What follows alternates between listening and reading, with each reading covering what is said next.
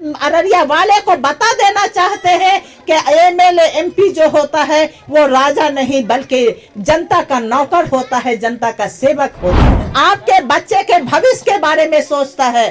कौन अररिया का विकास करवा सकता है? कौन आपकी हक हकूक की बात करता है?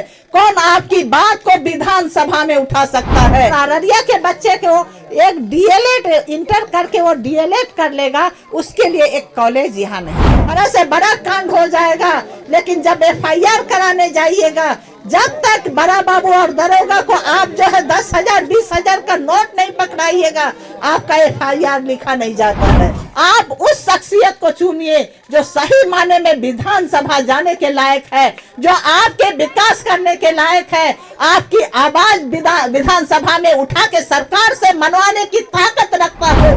मेरा घर जो है, असल मेरे अब्बा का जो घर हुआ वो गिरदा बस्ती जोकी हाट गिरदा है। मैं सईदुर रहमान साहब जो एची हाई स्कूल में थे उनकी बेटी हूँ और डॉक्टर हुस्नारा की छोटी बहन। पहले टीचर के शक्ल में और उसके बाद हेडमास्टर के लगभग 10 साल तक हेडमास्टर के प्रिंसिपल के शक्ल में हमने सेवा दिया है। और उसके बाद रिटायरमेंट का जब समय आया तब जो है लोगों ने मुझे पूछने लगे, खास करके डीएम साहब, एसपी साहब ये सवाल रखते थे कि आप कभी बैठ के नहीं रह सकती हैं। जब आप स्कूल में भी 6 बजे 7 बजे तक रहती हैं तो उस बीच भी आप लिखती हैं या कोई रिसर्च करती हैं, तो इस हालत में जब इतना एक्टिव रही तो आप रिटायरमेंट के बाद क्या कीजिएगा? तो हमने कहा कि मैं राजनीति में आऊँगी। तो डीएम साहब को थोड़ा लगता था, मेरे लिखने से सारी चीज़ों को पढ़ते थे मेरी किताब को, तो उनको लगता था कि इतनी मैम जो है इतनी शरीफ है और इतनी नेक है और राजनीति इतना गंदा क्षेत्र है, तो वहाँ ये कैसे टिक पाएंगी। तब मैंने डीएम साहब को समझाया, कहा कि हमारे जैसा अच्छा इंसान और हायर क्वालिफाइड जब नेता बनेगा और विधानसभा जाएगा, तब सही माने में हिंदुस्तान के संविधान का संचालन होगा। अभी तक हिंदुस्तान का जो संविधान है उसका सही संचालन हुआ ही नहीं है। जो हमारा फंडामेंटल राइट है वो हम जो है आम जनता को मिला ही नहीं है। तो इसके लिए जो है मैं राजनीति में आई।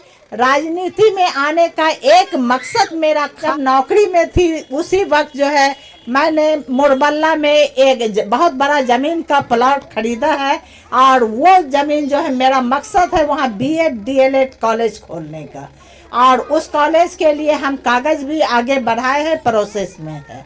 और मेरा जो सपना है, मेरा जो ख्वाब है कि मेरा बच्चा या जो पैसा वाले हैं जिसके पास कुछ पैसा है तो वो तो अपने बच्चे को दिल्ली में अलीगढ़ में पढ़ा देते हैं, लेकिन हमारा आम भाई, आम मेरी बहन है जिसका औलाद अच्छा स्कूल अच्छा कॉलेज नसीब नहीं कर पा रहा है, उसके लिए हमको कुछ करना है। तो उसके लिए जब तक हम अररिया में DElEd college, BEd college, paramedical, engineering college, medical college नहीं खोलते हैं तो मेरा बच्चा डॉक्टर, इंजीनियर या कोई ऑफिसर बनने के लिए जो है वो ख्वाब देखता जरूर है लेकिन पूरा नहीं कर पाता है, क्योंकि उसके पास बहुत बड़ा पहाड़ जैसा आता है। एक समस्या जो है कि उसके बाप के पास उतना पैसा नहीं है जो वो दिल्ली में बाहर भेज करके अपने बच्चे को पढ़ा रहे। तो ये सारी चीज जो हम लोगों के सामने है, तो ये सब जो है 78 साल पहले जब आज़ाद हुआ मेरा हिंदुस्तान, और तब से जो है हम एमएलए एमपी चुनते आ रहे हैं। पूर्णिया के एमएलए एमपी के दिल दिमाग में ये बात आया कि जिसका वोट हम लेते हैं उसके बच्चे के लिए, उसके भविष्य के लिए कुछ करना है। कटिहार का एमएलए एमपी इस बात को महसूस किया, आपका किशनगंज का एमएलए एमपी महसूस किया। वहाँ देखिए कॉलेज, स्कूल, रेलवे का जाल बिछा हुआ है।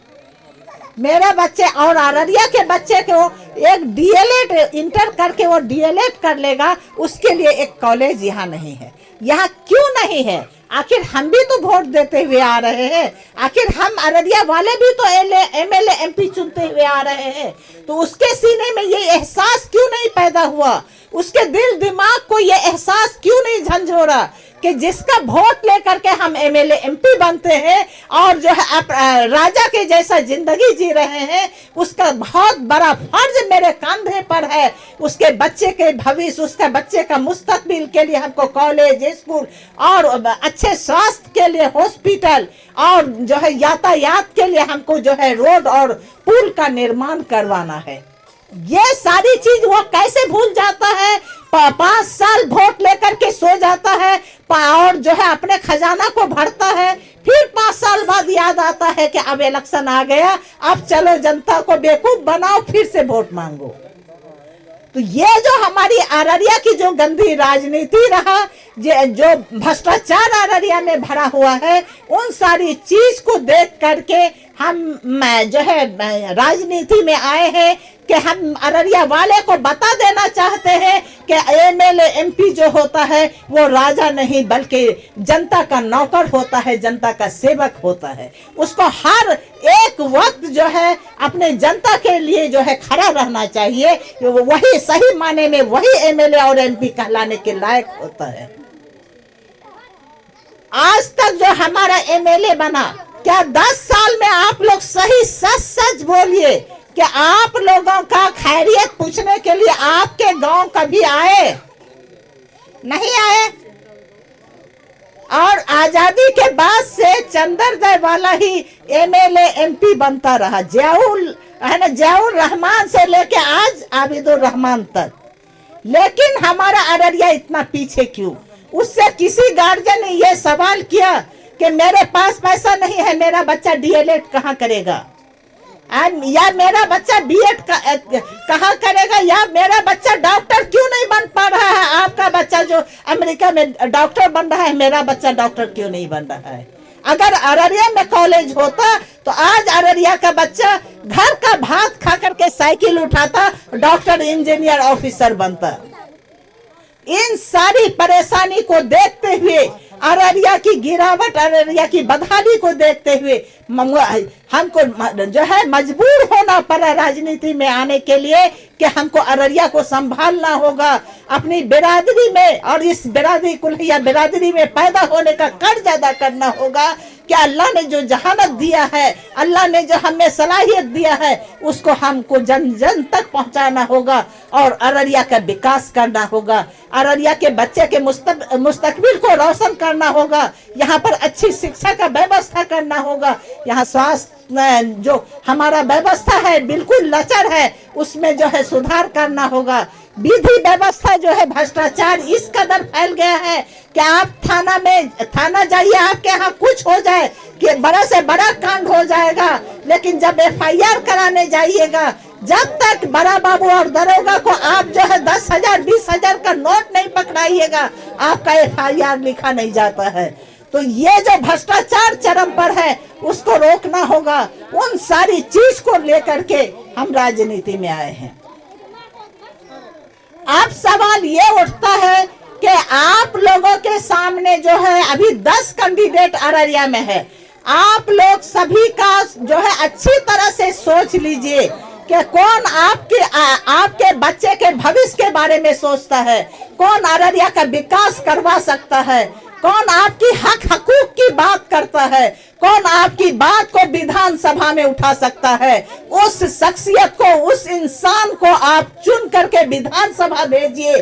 आज देखिए कि आपका किस तरह से अररिया बदलता है, आपका रोड और सारा जो है आपका काम कितनी जल्दी से, कितनी आसानी से होने लगेगा। और जो है मेरा यह मासूम बच्चा जो इधर उधर भटक रहा है, वो अच्छा से अच्छा लिबास में प्राइवेट स्कूल में पढ़ेगा और आने वाले कल में यह बच्चा जो है डीएमएसपी बन करके अररिया का एक इतिहास लिखेगा।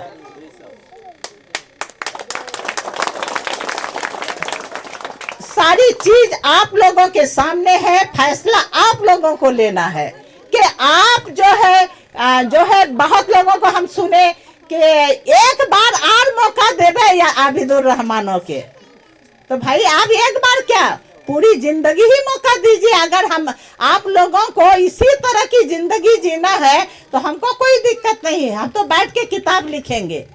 हमको अल्लाह इतनी बड़ी सलाहियत दिया है कि हम जिस क्षेत्र में जाएंगे, जहां जाएंगे, वो अररिया और कुल्हिया बिरादरी का नाम ही रोशन करेंगे।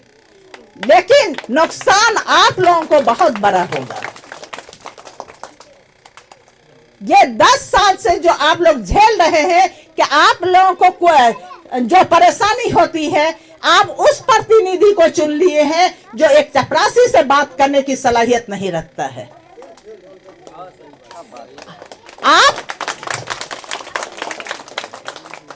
आप जो चुनाव करते हैं उसमें आपकी पर्सनालिटी का भी झलक दिखाई पड़ता है।